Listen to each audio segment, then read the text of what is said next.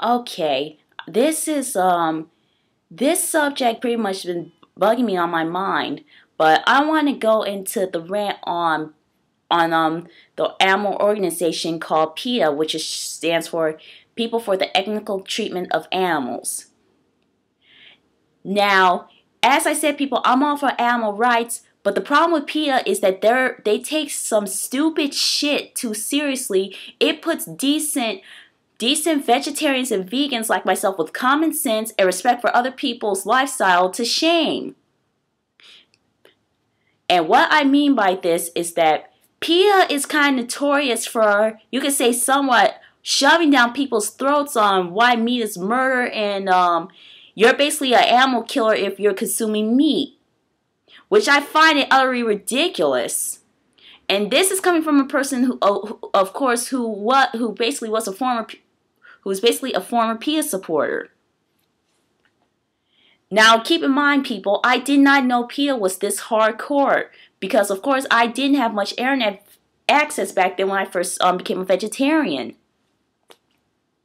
Because all I did was get their STARS kit and go online and basically print out some of their recipes, which, of course, most of them are good. But that's beside my point. The problem with PETA is, first of all, why would they harass people, say, for instance, people wearing fur? Now, don't get me wrong, I do not like fur either, and it is kind of wrong for animals being killed for it. But you don't have to go around throwing red paint at people. Because honestly, that's just showing a lack of character. I'm serious. There are some crazy ass animal rights activists that does this crap. It's the same thing going on with the KFC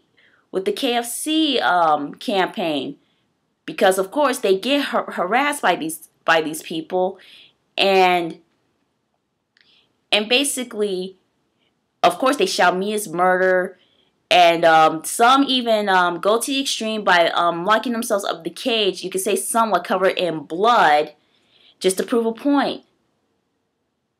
But as I said, I just didn't realize they were this hardcore. But I want to make another statement on this issue, because I could go on and on.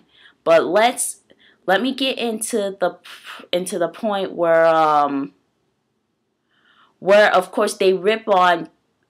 Basically, what kind of made me finally turn away from PETA's organization is when they basically ripped on the guy, Crocodile Dundee. I know his first name is Steven, but I don't remember his last name, because they pretty much, even after his death, they still pretty much bashed on him, because they said the guy deserved to die.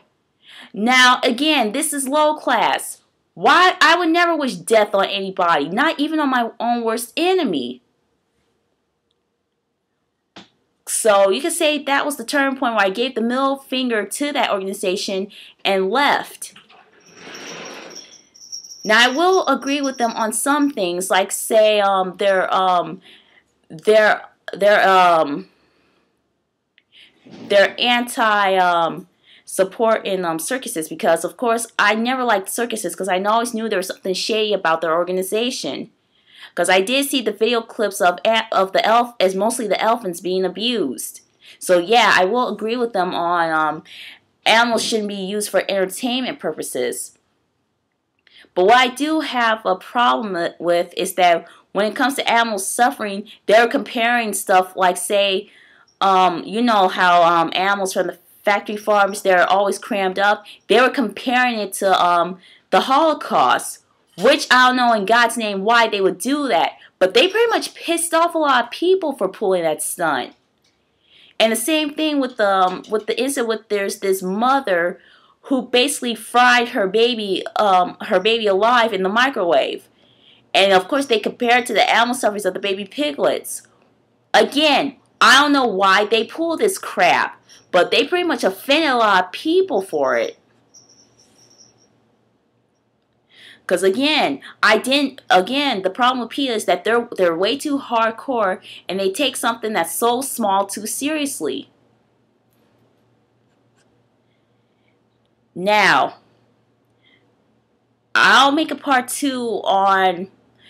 In part 2 of my rant, I'm going to talk about Ingrid Newkirk, who is, of course, is the ringleader of the PETA's organization. And I've actually watched her documentary, I Am an Animal, and it pretty much speaks for itself. But I'll get more in detail once I post my second rant. I'm ZombieFreak21, and I'll see you next time.